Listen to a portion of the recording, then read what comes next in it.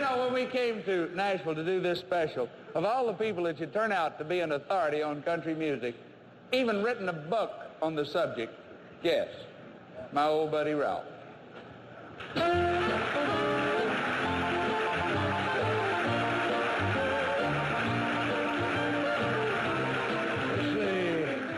We got here The History of Country Music by Rowlf. And I want you folks to know this is one of the greatest books that was ever wrote. Not wrote. That was ever wrote-en? No. I have written. Well, written, wrote-en. Who's ever read this book says it's rotten. Well, it might not be that bad. Why don't you read some of it? All right. Chapter 1. Who first played country music? In 1736, George Washington's father says to little George, "Who chopped down that cherry tree?"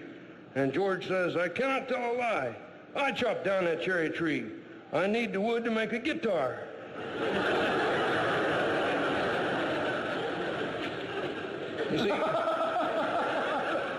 You see, that's why Washington is called the father of our country, music. Country music, you see. Oh, boy, they're getting worse. Yes, indeed, we don't need that one. Okay. Then in 1737, Benjamin Franklin was flying his kite in a thunderstorm, you see. And when lightning struck the kite, he handed the string to George, and that's how we got our first electric guitar. Yes, indeed, you know, this comes as somewhat of a joke to me. You know, I didn't know that Washington and Franklin had guitars. Oh, silly boy. Why, George and Ben were the original Flattened Scruggs. Get out of here. Come on. Here we go. Let's see, Chapter 2 now.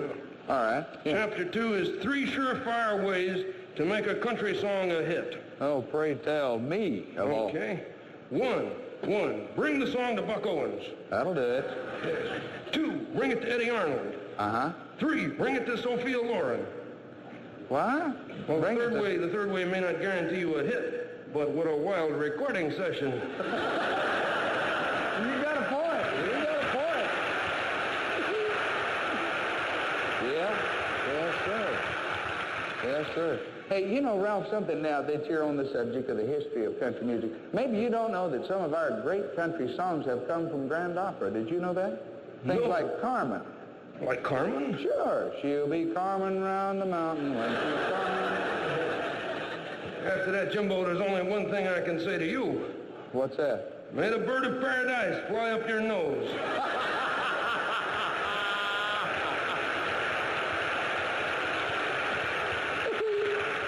I'm sorry. Anyhow, to get back to my book here, you know, I spent a lot of time researching this. Really? Oh, yes. I spent an entire day in the back room of Ernest Tubbs' record shop.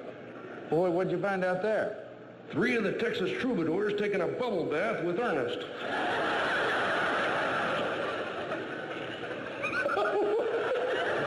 I never heard of such a thing. You never heard of Rub-a-Dub-Dub, 3 men in a tub?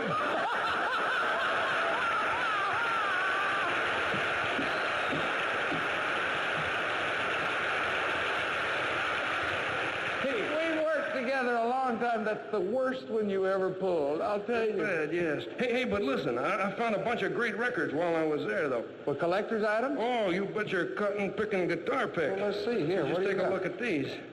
Yes, sir. Here we got like Hank Snow.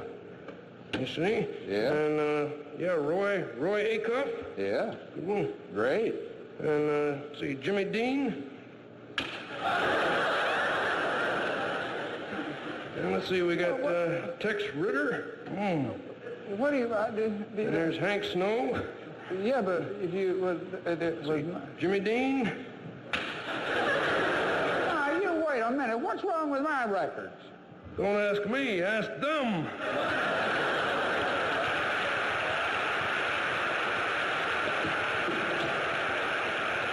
Hey, but wait.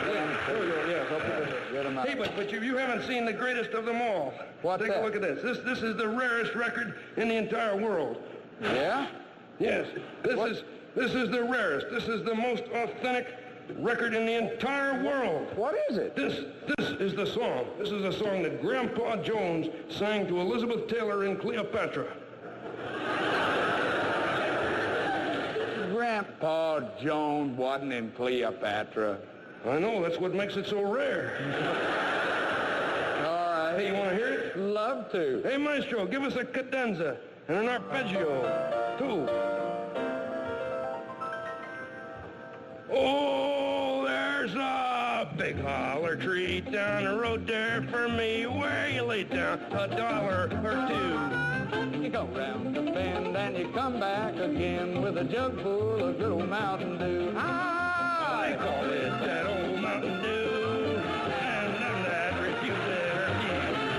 Oh, if you fill up my jug with that good old Mountain